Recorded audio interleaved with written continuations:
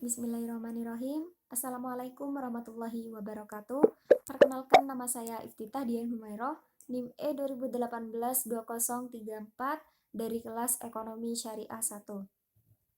Di sini saya akan sedikit mengulas kembali ataupun menanggapi terkait video yang sebelumnya sudah diunggah oleh Gus Wadud dan diberikan kepada Ekonomi Syariah 1 untuk menanggapi terkait video yang sudah diunggah, yaitu tentang inflasi berdasarkan perspektif ekonomi konvensional ataupun ekonomi Islam.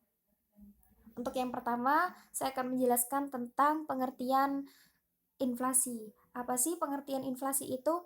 Inflasi itu adalah kecenderungan dari harga yang secara umum itu naik terus-menerus hingga dalam kurun waktu tertentu. Misalnya nih ya, kayak beras.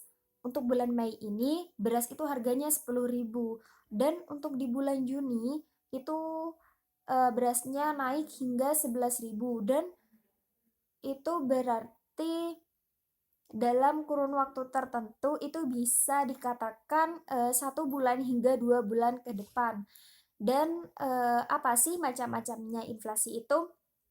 Untuk macam-macam inflasi di sini yang saya ketahui itu ada 3, yaitu yang berdasarkan sifatnya, yang berdasarkan penyebabnya, dan juga berdasarkan asalnya.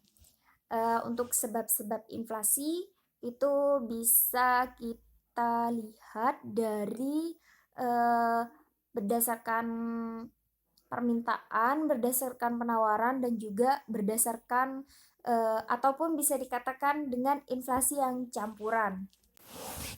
Dari inflasi permintaan itu sendiri, terjadinya atau timbulnya inflasi itu terjadi karena dari masyarakatnya sendiri yang meminta ataupun permintaan barangnya itu cukup banyak ataupun berlebihan. Sedangkan untuk inflasi penawaran itu juga bisa dikatakan timbulnya penawaran ataupun biaya produksinya itu yang lebih sedikit. Sedangkan untuk inflasi campuran itu terjadi karena kedua-duanya, yaitu terjadi karena adanya permintaan yang berlebihan dan juga penawaran biaya produksi yang sedikit atau minim lah gitu. Perekonomian dan tingkat penjualan di suatu negara, jika itu tidak stabil, maka akan mengalami yang namanya inflasi. Dan kondisi inflasi ini yang sangat dihindari oleh negara, karena dari inflasi sendiri ini akan mengakibatkan yang namanya krisis ekonomi. Jika sudah terjadinya inflasi ataupun krisis ekonomi dalam satu negara, maka suatu negara itu harus mencegah adanya inflasi. Jika tidak, maka itu sangat membahayakan negara itu sendiri. Karena kenapa?